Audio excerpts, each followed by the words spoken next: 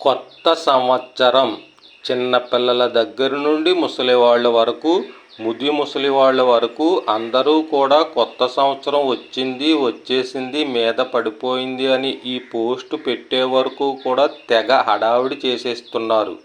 నాకైతే మాత్రం ఎక్కడా కొత్త సంవత్సరం కనబడటం లేదు. అన్ని చోట్ల అందరిలోనూ పాత సంవత్సరం, ఇంకా బాగా చెప్పాలంటే మరిన్ని వెళ్ళిపోయిన పాత సంవత్సరాలే కనబడుతున్నాయి.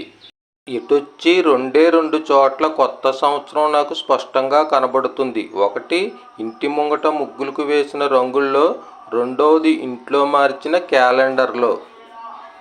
మనలోనూ మన చుట్టూ ఉన్న పరిస్థితుల్లోనూ మంచి మార్పు రానంత వరకు ఎన్ని కొత్త సంవత్సరాలు వచ్చినా మనం ఇంకా పాత సంవత్సరాల్లోనూ, మన జీవితాల్లోంచి వెళ్ళిపోయిన చాలా పాత సంవత్సరాల్లోనూ ఉన్నట్టే లెక్క.